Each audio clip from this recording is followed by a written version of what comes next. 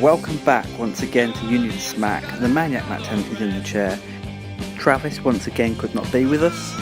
It couldn't be helped, real life got in the way, but he sent his apologies and I have it on very good authority that he will be back with us next week, where he should be, taking his rightful place as the host of this show, because I'm pretty sure you're all bored of my voice. Before we start, as usual, you can find me on Twitter at The Perfect Tenant. You can find Travis on Twitter at The Habiki TND. And you can buy our official shirts. That's the official Union Smack shirt, the official Habiki TND shirt at unionsmack.bigcartel.com. And before we get going, I'd just like to say a massive thank you to everyone who poured in with their support for last week's episode, my first solo episode. I've had nothing but positive feedback, so thank you to everyone who listened. Thank you for making it one of, if not the most listened to episode of Union Smack ever. And let's see if we can top it again this week. So we start, as we always usually do, with the news. There's a little bit of news this week. We've built up a bit of a backlog because we haven't done the news for a week, 2 weeks maybe. And there's some stuff that we should have mentioned the last time we did it and we didn't. So I'm going to try to cover that for you before we get in to this week's NXT UK episode 4 and 5 review. So the first piece of news this week is we have had for about a month now, new NXT UK Tag Team Championships. For those who live in a cave and haven't heard already, these were unveiled at the tapings in Plymouth in early October. Don't ask me the date. I couldn't tell you off the top of my head. 16th, 17th, something like that. They're very beautiful. Very, very beautiful in every possible way. If these titles were a woman, I'd marry them. That's how beautiful they are. And they're sort of, I don't know what the right word is. It's not rustic. It's classic in a way, the design. It reminds me of the WCW Tag Team Championships. I know they had many iterations, they had many designs, but the one the NXT UK Tag Team Championships bring to mind are the version that Diamond Dallas Page and Kanyon lost to The Undertaker and Kane at SummerSlam 2001, when the Brothers of Destruction weren't an embarrassment to watch. They're just wonderful, and they're not gaudy like the awful main roster titles are, or I should say most of the awful main roster titles are. They're just lovely. They're just really, really lovely. No word yet, I have to add, on when we're going to see new champions crowned. November the 25th and the 26th, NXT UK hold the final tapings of 2018 in Liverpool. It would stand to reason that is when we will see the inaugural champions crowned. Don't take that as gospel. That is an absolute guess. There's been nothing from WWE yet. There's been nothing from anyone to say when we're going to see a tournament, and it's going to be a tournament. It's going to be a tournament of the two strong teams in there right now, which are Mustache Mountain and the Coffee Brothers, against a collection of misfit teams. I'm going to assume Mark Andrews and Flash Morgan Webster will team for this tournament, but my safe bet is on Mustache Mountain versus the Coffee Brothers in the final. And I know Tyler Bate and Trent Seven are just, they're taking off like a fucking rocket right now. But my pick for this will be the Coffee Brothers, simply because they're NXT UK's top heels at the minute. You can't beat them. And to derail that momentum would be criminal. And plus, I think there's more mileage in them as inaugural tag team champions because of Wolfgang. They can do what the Undisputed Era are doing, or what the Undisputed Era, I assume, will be doing down the line, and that's utilising the Freebird rule to have Wolfgang and Joe Coffey, Wolfgang and Mark Coffey, the Coffee Brothers. You get where it's going. So that is the way forward I will go with the NXT UK Tag Team Championships. One other thing on this, I mentioned that November the 25th and 26th in Liverpool are the final tapings for 2018. And there's been no word yet on when NXT UK will hit the road again next year. However, before the shows in Plymouth, Triple H spoke to the Express newspaper here in the United Kingdom. And among other things, he talked a lot about Pete Dunne, but who doesn't? I know I do. You're probably bored of hearing me talk about him. But among the other things that were mentioned and he was interviewed about, he did say that in 2019 NXT UK will be visiting both Scotland and Wales, two countries in Britain that they haven't been to before. So I am, again, assuming, they say you should never assume, but I'm assuming that the next set of tapings after Liverpool will be in either Scotland or Wales.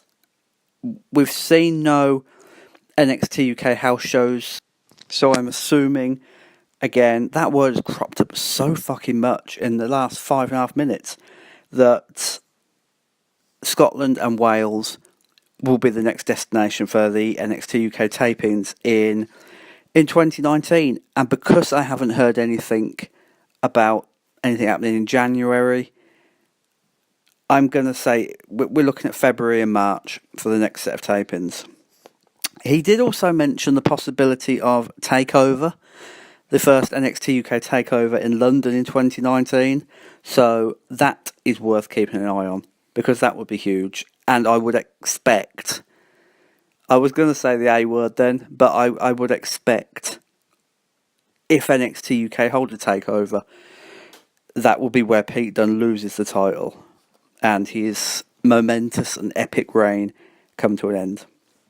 Next up, we're sort of sticking with the theme here because we're going back to Moustache Mountain, and in particular Tyler Bate, who on October the 28th was pulled from Progress's Pumpkin Spice Halloween show due to injury.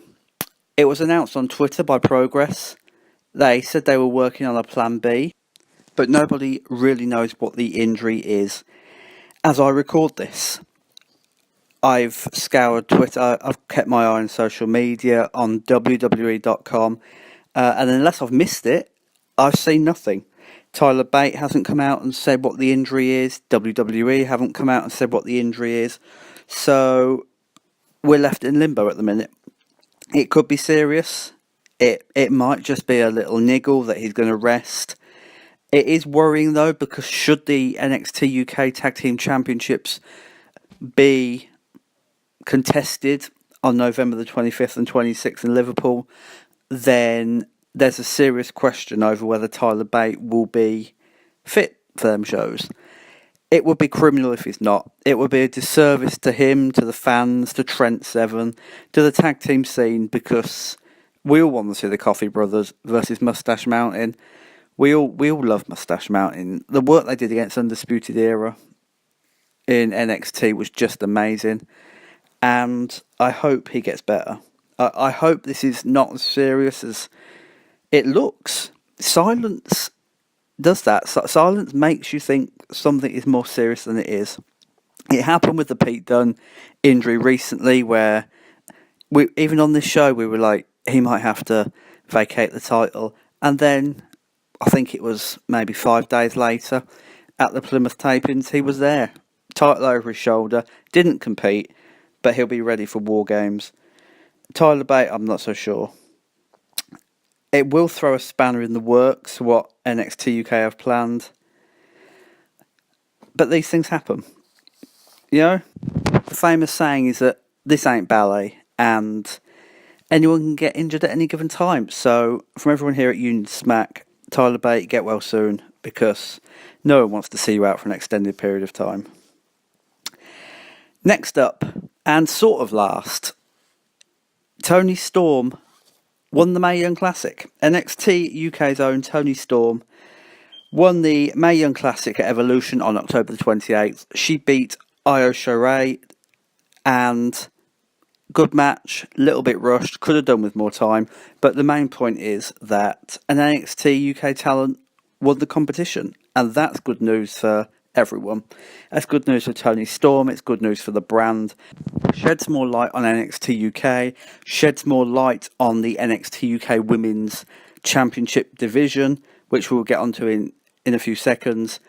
And congratulations, thoroughly deserved. One of the great talents in the world today.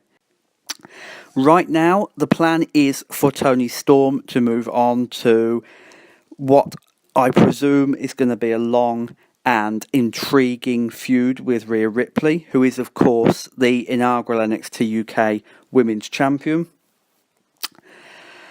I can't wait for this. Rhea Ripley, who I have to add, for those who have asked me on Twitter, did defend the title at Evolution. We just didn't see it. It was in the dark match, and she retained against Dakota Kai. There's a little gif on Twitter, for anyone who's seen it, of Dakota Kai kicking Rhea Ripley so hard in the face, it could have knocked her teeth out. So that's where that match was on the card. But back to my original point, Rhea Ripley, she's been a wonderful heel thus far, and they've only changed her character for 2 months, 2.5 months, maybe 3. I'm sure you drop it in the comments if I'm wrong. So yeah, she's been a ruthless heel, but enjoyable with it. Even more so, I'd say, than Becky Lynch. She's been mocking Tegan Nox on Twitter, who, of course, she injured in the Mae Young Classic, dressed up as her for Halloween on the crutches. It's just been brilliant. And if I was booking this, of course I'm not, so, NXT UK have a good enough booking team, so I'm sure the title's safe around her waist, but I wouldn't take it off her yet. For me, it's too soon. I wouldn't just remove the title from her and then derail all of her momentum, all of her steam, all of the popularity she's going to gain when the title is finally put around her waist. I know you'll have seen the title on television by the time this goes out, but to take the belt off of her before she's even begun, just to sate Toni Storm fans, of which I'm one, who isn't? She's marvellous.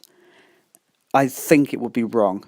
I'd like a long feud. I'd like a 3-4 month feud, which NXT doesn't always do. In fact, it rarely does it sometimes.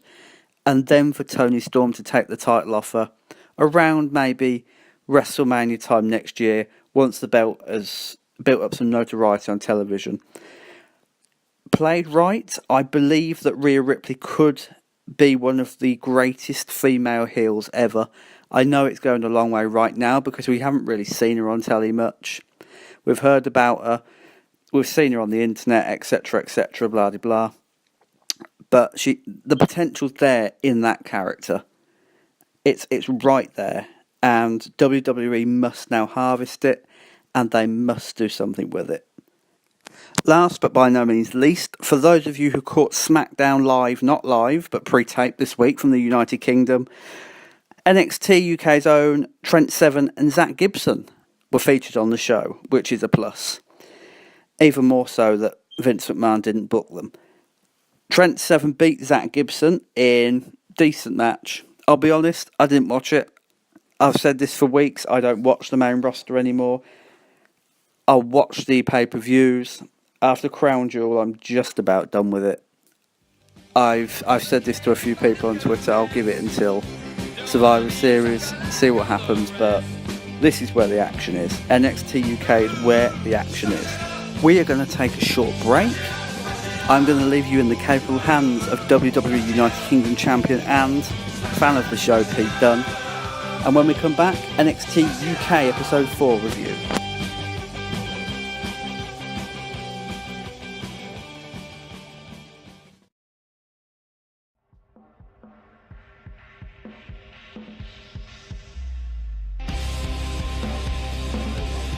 I'm the Bruiserweight Pete Dunne, and you're listening to the Union Smack podcast.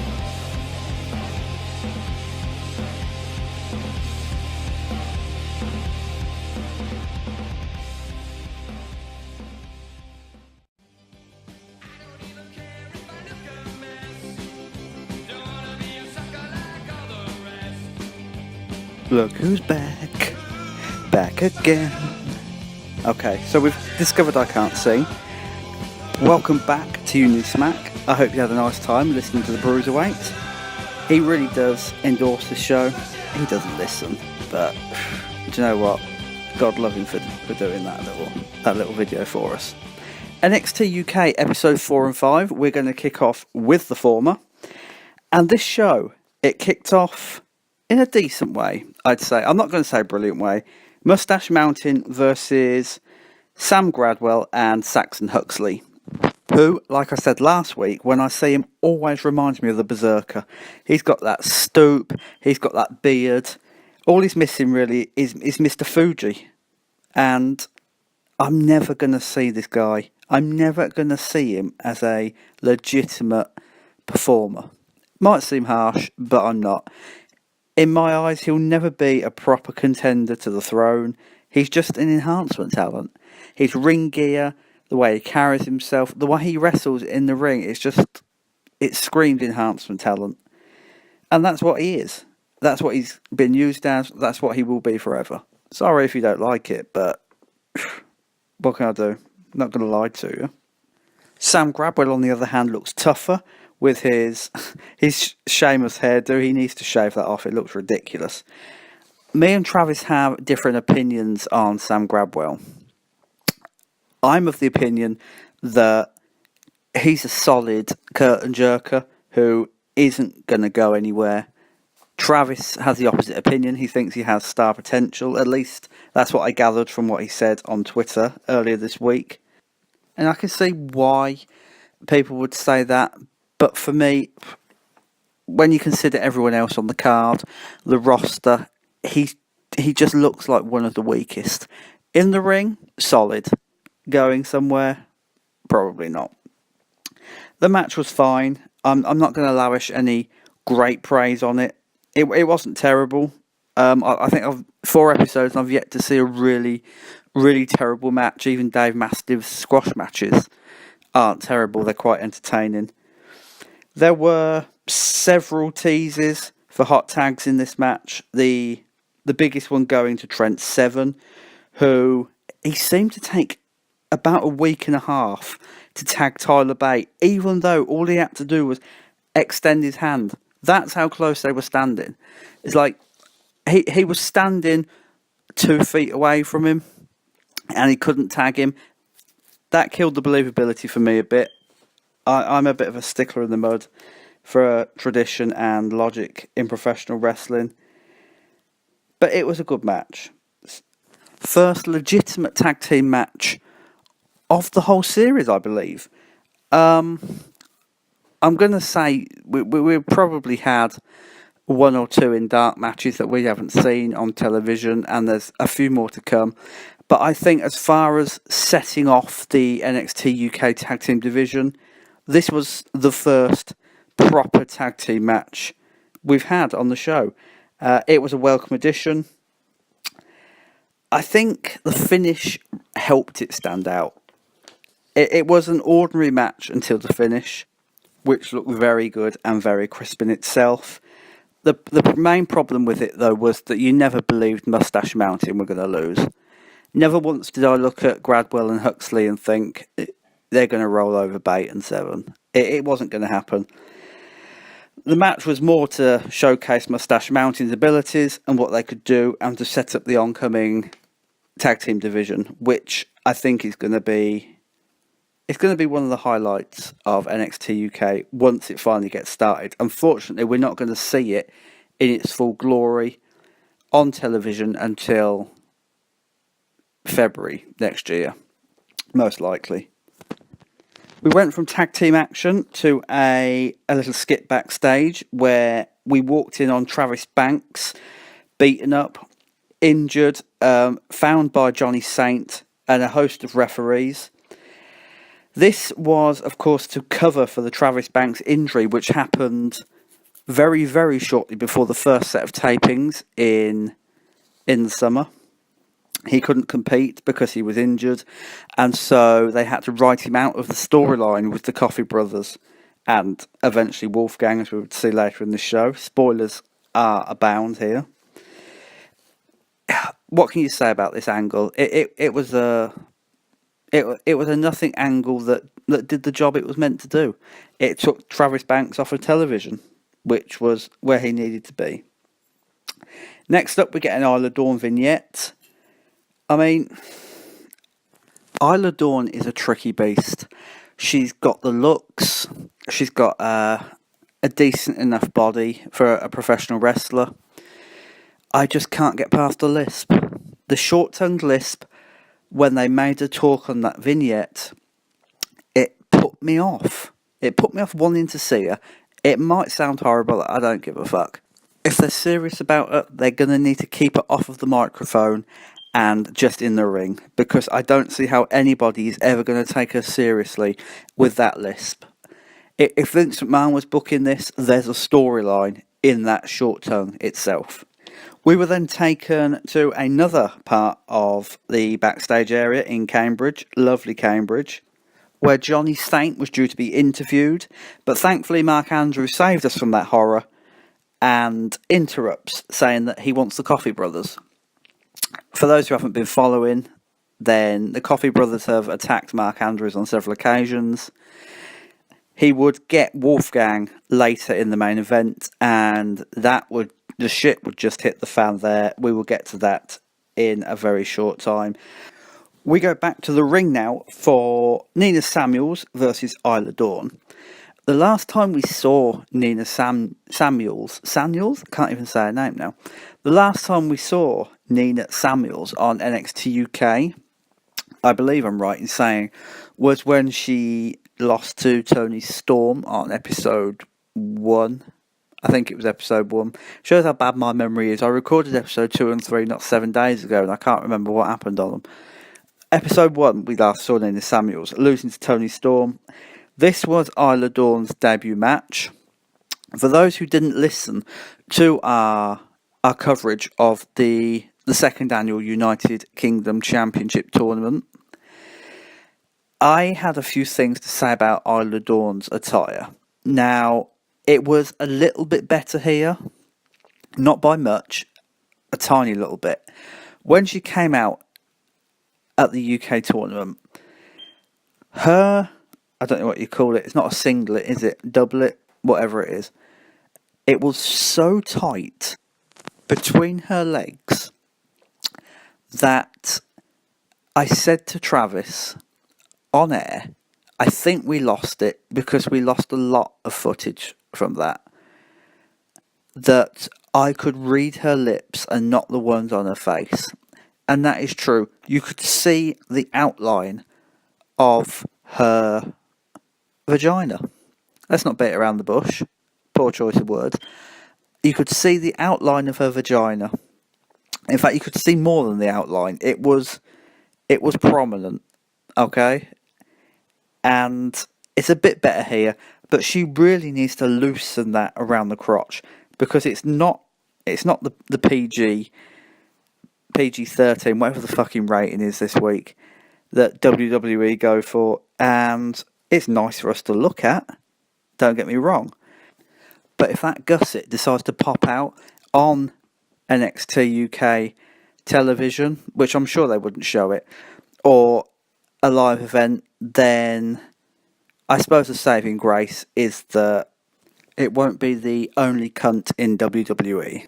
The other one seems to be booking the main roster. Anyway, to this match, there was almost no reaction for Isla Dawn when she came out, which was odd, because like I said, she wrestled in the UK tournament in the Fatal 4-Way, which became a triple threat after Ginny was injured before the match started. But I think, like me, most people were probably looking at her crotch to see what it was saying this time around. The match wasn't special. It was very scrappy, very disjointed. I felt like I was watching two women contest their first match ever in a ring, even though there were some highlights. They were few and far between, though. There was a nice roll-up from a suplex, and Isla Dawn won the match with a suplex. I can't imagine there's going to be many people clamouring to see another Isla Dawn match. I think she's one of them people that is going to have to get better over time. This wasn't a great match at all, in my eyes, or from what I expect from talent like this. I think this was probably the first bad match NXT UK have had. It wasn't hideous, it's still watchable, but just quite unenjoyable. Next up, we had another Eddie Dennis promo, and I don't know about you, but I've been quite enjoying these. They're just little stories, and that's how they're told. They're told like little joined up stories from the first week to week 4. Week 5, Eddie Dennis would make his debut. We will get onto that a little bit later on. I've enjoyed how NXT UK have built Eddie Dennis up. Started at the beginning of his career, and they've worked their way through his life, through him becoming the youngest head teacher in the United Kingdom. And they've teased us with it. They've teased us with it a little bit each week, just enough to keep us interested. Not enough so we go, we've seen too many of these. And credit to all involved. This week we went from Eddie Dennis's career as a head teacher to him signing with the WWE but getting injured. Not being able to compete on the main roster if that's where they were ever going to put him. And there's a really nice bitterness about him. He's resentful of Pete Dunne, he's resentful of Tyler Bate, he's resentful of Mark Andrews, all those he came up with, that he trained with, who are all in a better place than he is now wrestling-wise. And it's nice to have that sort of character who is seeking revenge, but not for anything wrestling-related, like a sneak attack or a title loss.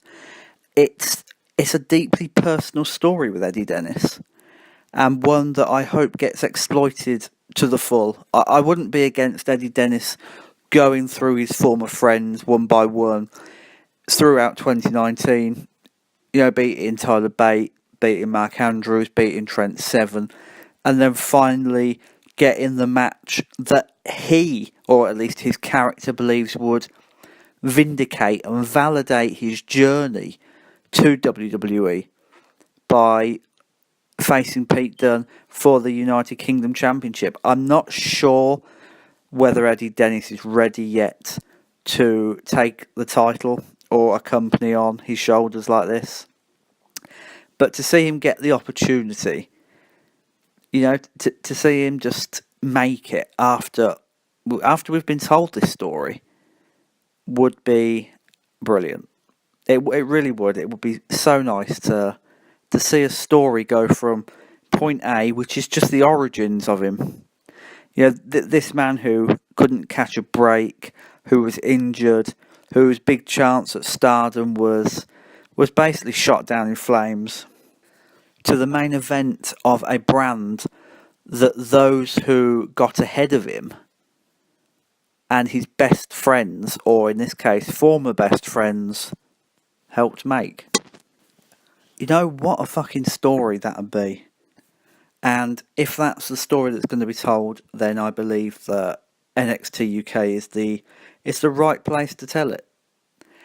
Underdog stories in professional wrestling are hugely popular. Just look at Daniel Bryan and those after him and those before him, and Danny Burch even, who we've got coming up in the next part of our review. Talking of which, on we march to the next match on NXT UK episode 4, which saw Jordan Devlin versus Tucker. And I gave that side because Tucker, if you've not seen him, to my recollection, has not won a match on NXT UK ever, or WWE UK when they didn't know what they were going to fucking brand it in the beginning of 2017. He's the epitome of a jobber. The exact epitome. If you looked the word jobber up in a wrestling dictionary, it would have, I'm pretty sure, a picture of Tucker. From his look, his attire, the way he carries himself. He's the Kurt Hawkins of this brand. Make no mistake about it, Tucker is going absolutely nowhere. Jordan Devlin, on the other hand, has the world at his feet. It's very much Jordan Devlin's oyster. This world of professional wrestling. He can do anything he wants. He'll go anywhere he wants. And Travis has said it on this show numerous times. He believes that Jordan Devlin will be the man to take the WWE United Kingdom Championship from Pete Dunne. Personally, I hope no one takes it from Pete Dunne, because I'm a little wrestling bitch and I'm a mark and I love Pete Dunne. And when he finally does lose the title, you'll be able to find me somewhere in a dark corner, rocking back and forth and crying my eyes out like I've lost a relative. That's how much this title reign means to me.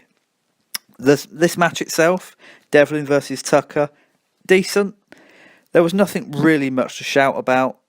Much like a lot of stuff on this show, from beginning to end, it was, with the exception of the main event, I felt this episode was just filler. And this match was more just to showcase Jordan Devlin than anything else. That's basically all it was. Tucker never stood a chance.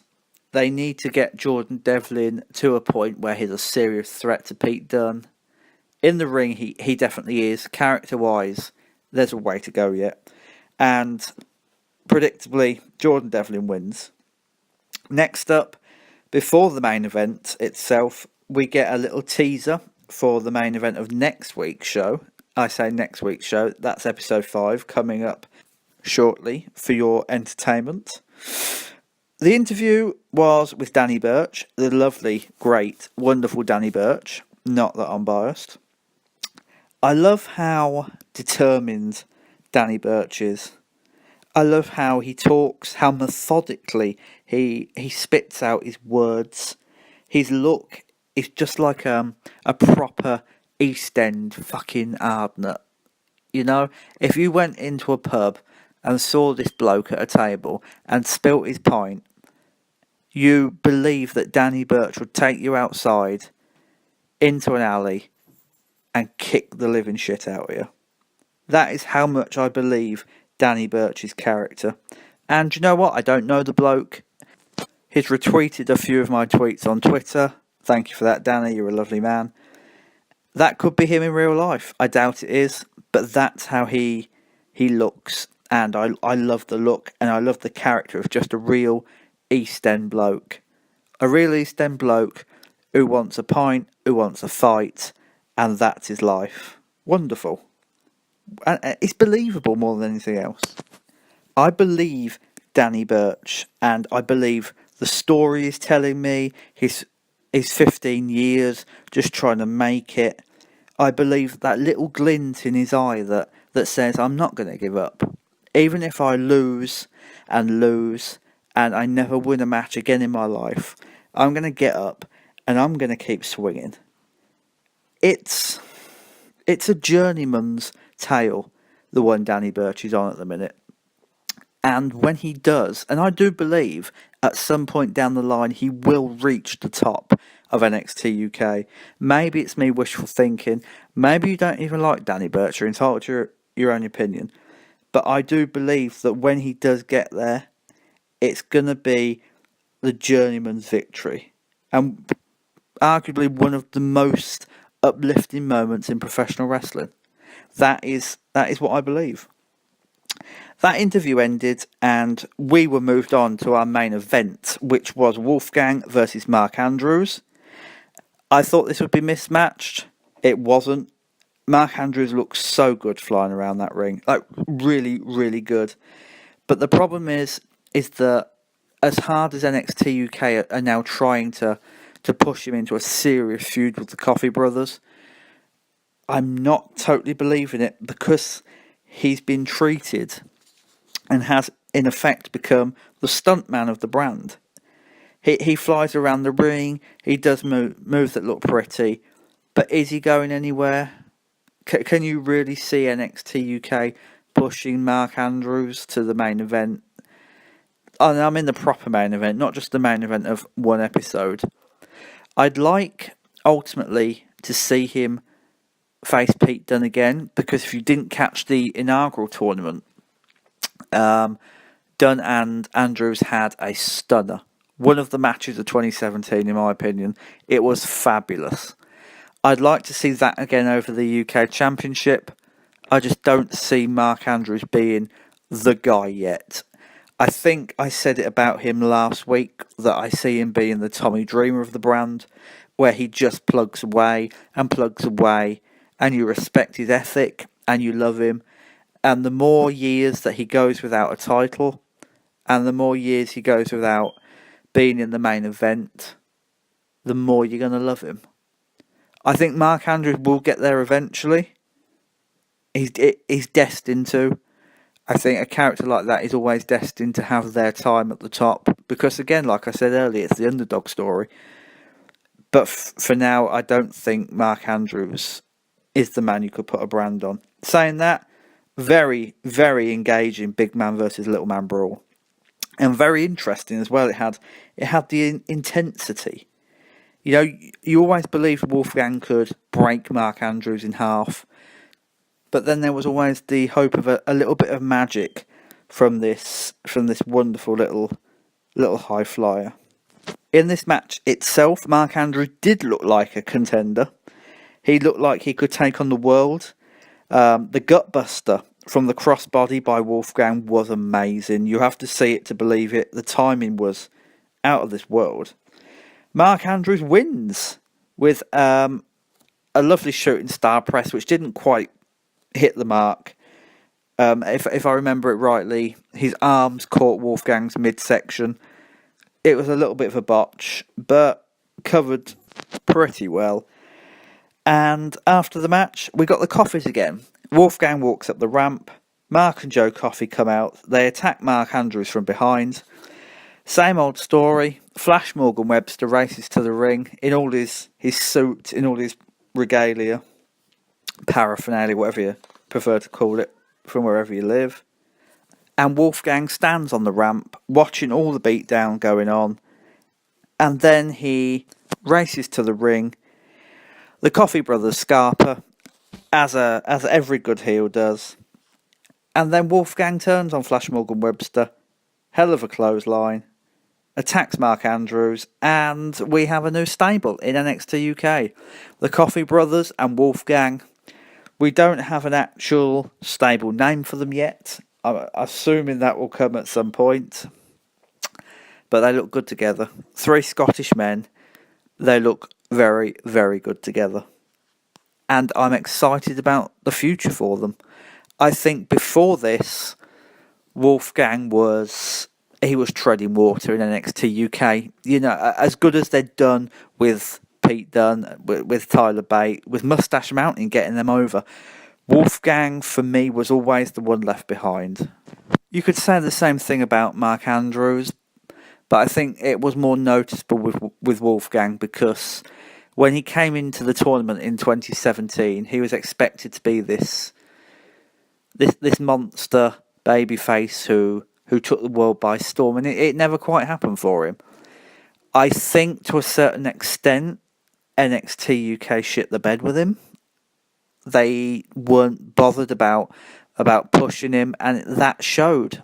It showed in matches against Adam Cole, where Adam Cole, who was the heel, was just cheered like a fucking superhero. And Wolfgang has missed the train up to this point. I will say that even though a heel turn has for now rejuvenated his character, aligning him with the Coffey brothers, has and will do wonders for him, I'm worried if it doesn't work out for Wolfgang. Where does he go after this? Personally, if this doesn't work, because this is clearly the last chance saloon for him. He can't go back to being a babyface now. I don't think it's going to resonate any more than it has done in the last few months. I think he's probably going to end up leaving NXT UK if the heel thing doesn't work. I know the money's good, the exposure's good. But let's not forget, these stars aren't main roster stars. They're not Dolph Ziggler, they're not Bobby Roode, who will sell their soul for a few quid over here. A few pound, as we say. I think Wolfgang has more self-respect than that. and I think that there's still a big call for him on the Indies in ICW, etc. So I think that's where his home will be permanently if this doesn't work out. And that was NXT UK episode 4. Decent episode, wasn't wonderful, didn't set the world on fire. I felt like it was more a setup to what was to come in later episodes. And talking of later episodes, we will be back after this break with NXT UK episode 5. And while I go and get a quick drink, a little beverage, I will leave you in the capable hands of our friends over at Red Leaf Retrocast.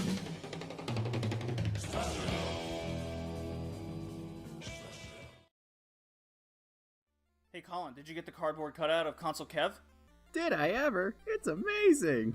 Oh, I think so too. I hate that guy. Kevin, what are you doing here? Oh, just eavesdropping on all the, the bad things you say about me. My usual Wednesday. Oh, well, did you at least prepare for the Retro Gaming Podcast? Absolutely not. Oh, God, that figures. Alright, it's okay. I'll take it from here. Basically, we pick a theme every time, and we pick a number of games based on that theme. Just like our first episode where it lasted forever and we talked about space games. Yeah, and other good, all the mainstream systems and games you love, like the 3DO, the Atari Jaguar. Oh, come on! Colin, you back me up here. The 3DO is awesome, right? Yeah. Oh, I thought we were friends. I mean, it's cool. Alright. If you want to hear 3 guys talk about games that are bad because JD picked them all, and good games that Kevin picked, join us. Who here wants to see a bunch of nerds talking video games with a little bit of anime thrown in there? Nobody? Just me? Damn! Well, speaking of anime, Colin, we have an anime cast as well. Yes, we do. All retro anime. Many of which I have never heard of myself. And I'm a weeb! Very similar premise there. We pick a retro anime, at least 15 years or older, and we review it every episode. We also keep up on all the modern stuff, all the seasonal things from the year. Hey, Kevin, you just got back into wrestling, right? I did. Oh my god, did you know we also have a wrestling cast that just started? I do now, because nobody tells me anything. Ah, well, what do you think of the big dog these days? He still sucks. Well, that's good. Well, luckily, we just don't complain about WWE stuff. We also talk about a lot of the latest and greatest from the rising indie scene, New Japan, and Ring of Honor. I like rings and honor. Well, you should definitely listen to the Red Leaf Retrocast. We have such a wide range of topics, ideas to discuss, and just anything to review. It's fantastic, don't you guys think so? It's alright!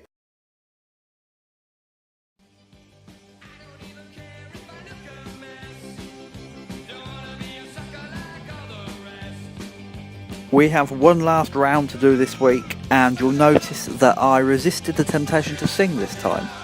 A pat on the back for me. Welcome back, and let's get straight into NXT UK episode 5. Let's get the show on the road, as they say in Hollywood. I don't know whether they say that or not, it's just something I've heard in the movies. And this was the big episode. This was the episode that had been advertised.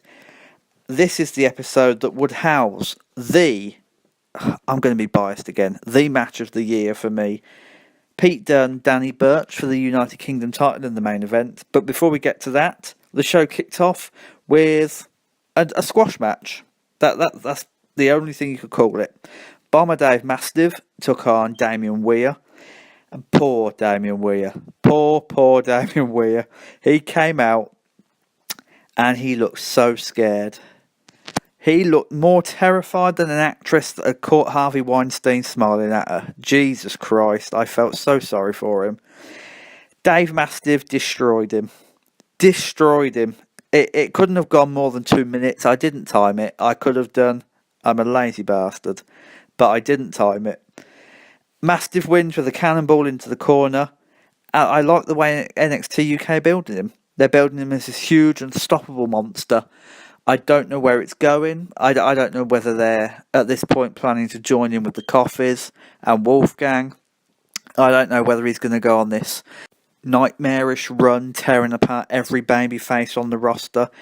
And I think that is Dave Mastiff's charm at the minute. He's not just a really, really good wrestler for a man of his size.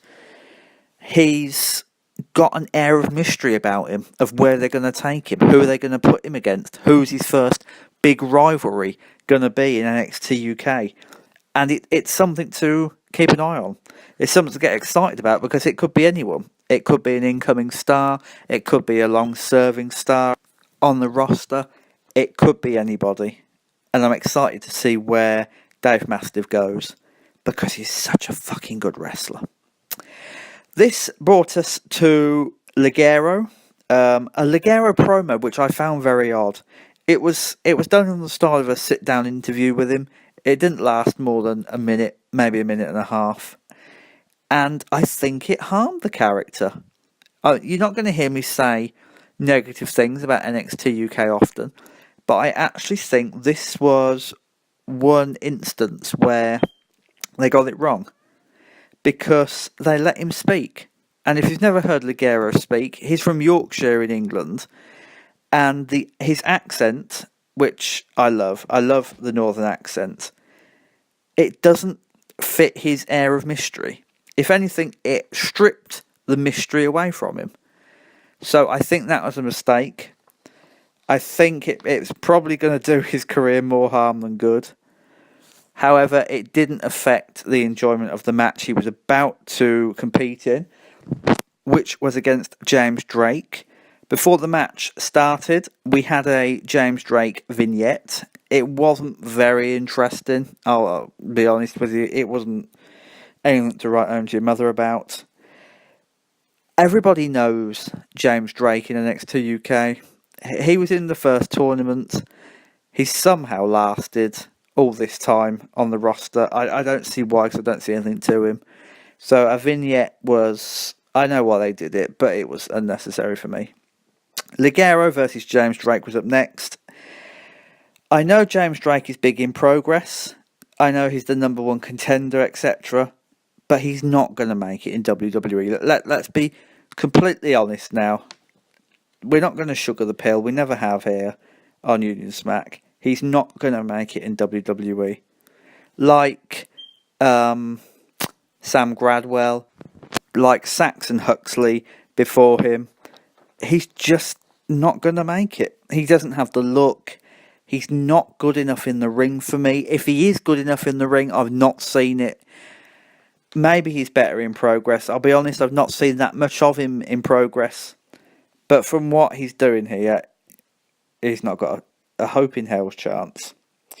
The match was slow and calculated to start with. Drake was in charge. Nothing really happened, when he was in charge. There was nothing that really stood out to me. And I think that's where the problem lies with James Drake, is that he's unspectacular in the ring. He might be a methodical technician, if that's what you want to label him as. And I wish him all the best in Progress, but I don't think he's cut out for WWE. The match picked up when Ligero took control. Lovely standing Canadian Destroyer. I know they called it something else, I should have written it down. It took me 2 minutes, I didn't bother. Ligero wins with a springboard DDT, which looked amazing. And it was a good match towards the end. I can forgive the 3 or 4 minutes of nothingness, because the rest of the match was very, very good. Very, very... Go back and check it out if you haven't already. Next up, we are treated to a Toni Storm interview. And make no mistake about it, she's a star. She's a bona fide star. Everyone knows her all around the world. She's a wonderful wrestler, though, and I have to point this out, because this is me giving you my honest opinion on these 2 episodes. She's always got this expression on her face, like she smelled a fart. And I don't know why. Like, her nose is hunched up, and she always looks like she's about to throw up because she smelt someone shit their pants or something. I think just drop that little facial expression and let your wrestling do the talking. Dakota Kai interrupts her. This will set up a match between them on episode 6, which we will review alongside episode 7 for you next week. And that will probably kick off the NXT UK women's division. It might even kick off the tournament. It slips my mind what matches took place on the taping for that tournament. Next up, we were meant to have an Ashton Smith match. I don't know who it was meant to be against, but he comes out and is immediately jumped by the Coffees and Wolfgang. It sort of cements the new stable, that they're these fearsome Scottish animals who will go after anything in a pack mentality. Thoroughly and wholly agree with that. It also gives NXT UK a replacement for Travis Banks, who was originally meant to be in the feud with the Coffees and Wolfgang, on the side, of course, of Flash Morgan Webster and Mark Andrews. Ashton Smith is a plaster on a wound. He's not a permanent solution. He's just there to get him some exposure. It's a good way. I agree with that. And after shoving Smith backstage, the Coffees and Wolfgang cut a promo to heavy jeers. Heavy jeers. And we're talking almost Zach Gibson level jeers here. They were saying stuff like no one likes them and they don't care. Joe Coffey said that he sees NXT UK as a hierarchy. He said it was a pack mentality, etc. Good promo that did the job, establishing these three men as the predominant heels of NXT UK. And to further that, and the storyline that they're currently involved in as of this episode, we were then taken backstage where Flash Morgan Webster and Mark Andrews were waiting outside Johnny Saint's dressing room. They, of course, were joined by an annoyed Ashton Smith, who had just been denied another chance in the spotlight. He tells them that he wants in, and they want it made official. And we're told that Johnny Saint, who apparently uses Twitter in some really creepy uncle/granddad type way, made it official. This brought us to the debut of Eddie Dennis. He was taking on Sid Scala in his NXT UK debut match. We've talked about Eddie Dennis when we did the episode 4 review a little bit earlier. He got a great reception. It didn't last long. It was a great short reception, if you like. But I think Eddie Dennis, he's got it made in NXT UK if they push him right, if they tell the right story like we were saying previously. I love his look. I love how tall he is. And if you've seen Eddie Dennis on the Indies, he's had some terrific matches with guys who are in NXT now. The foremost one I can think of is Cassius Ohno. When Cassius Ohno was Chris Hero, and obviously when he was Cassius Ohno, self-explanatory, go and seek their matches out on YouTube. Highly, highly recommend them. Eddie Dennis is a phenomenal talent, and he can fly like a cruiserweight. He can wrestle technically like Benoit or like Bret Hart. He has the whole package. And that brought us to the main event of the evening, which was, of course, Pete Dunne versus Danny Burch for the WWE United Kingdom Championship. I can't praise this match enough. Not just because I'm a huge mark for both men, not just because I think they're two of the greatest wrestlers in the world today. Yes, you heard me right. Danny Burch is one of the greatest wrestlers in the world today, also one of the most underrated. But the way NXT UK structured this match, it was structured to perfection, to the point where they built Danny Burch as not just a new star in the division, because we've all seen Danny Burch on NXT TV. We all know what he can do. We all know how good he is. Go back and look at him and Oney Lorcan versus Undisputed Era from TakeOver Chicago 2. It was a stunning match. Danny Burch held his own perfectly, just like he did in this match. And they built him as not just a journeyman, like I've been saying, but a legitimate new star who lost to the champion, but didn't suffer anything in the way of character loss or momentum loss. It was perfect.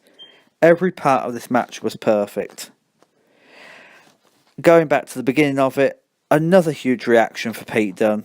He is by far the Hulk Hogan of British wrestling. Just the way people react to him and the way he gets people on his side. Danny Burch gets a great reaction as well. And he moves like a star in this match. I can't begin to tell you how impressed I was with him. There are some first-class near falls. Danny Burch's story shone through this match too. I can't begin to tell you how well both men took the second half of this show and just created something out of 2 weeks hype. And you can't even say it was 2 weeks hype, because there was a little bit of build in the third episode with Danny Burch's promo. There was a vignette from Danny Burch and from Pete Dunne, which I didn't mention, come to think of it, on episode 4. A little bit of a tete-a-tete interview on that, and then the match. So they didn't even have that much build, and they still managed to craft something that was both beautiful and well told. And Danny Burch, coming into this match after 15 years of trying to make it, and make no mistake, they'd made sure we knew what Danny Burch had been through. And so every kick out, every move, every headbutt, it was just filled with drama, it was filled with emotion, and it was filled with just brilliantness. And I'm not even sure brilliantness is a word, but it is now. This match was just beyond anything I could have hoped for. There was a spot in it where Danny Burch turned a triangle choke into a buckle bomb. Looked phenomenal. And you know what? There were moments, even though I knew how this match ended, because obviously I'd read the spoilers online. This took place on night 2 of the inaugural tapings in Cambridge. I knew how it went, I knew how it ended, I knew Dunne would retain, and yet, still, there were moments when both men made me believe that Danny Burch might actually do it.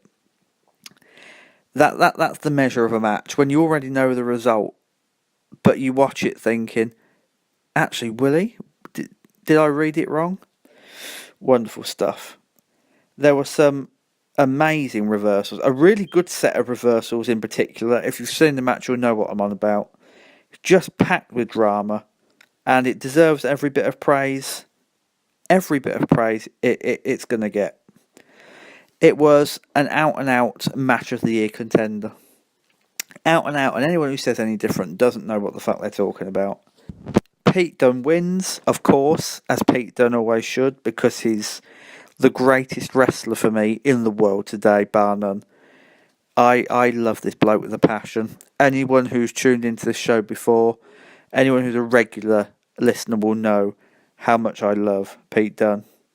He wins by submission, and in a rather unusual way. He traps Danny Burch in a triangle choke, and then turns him over, and pulls back the fingers so hard, and so disgustingly brilliantly, if that makes sense, that Danny Burch taps out.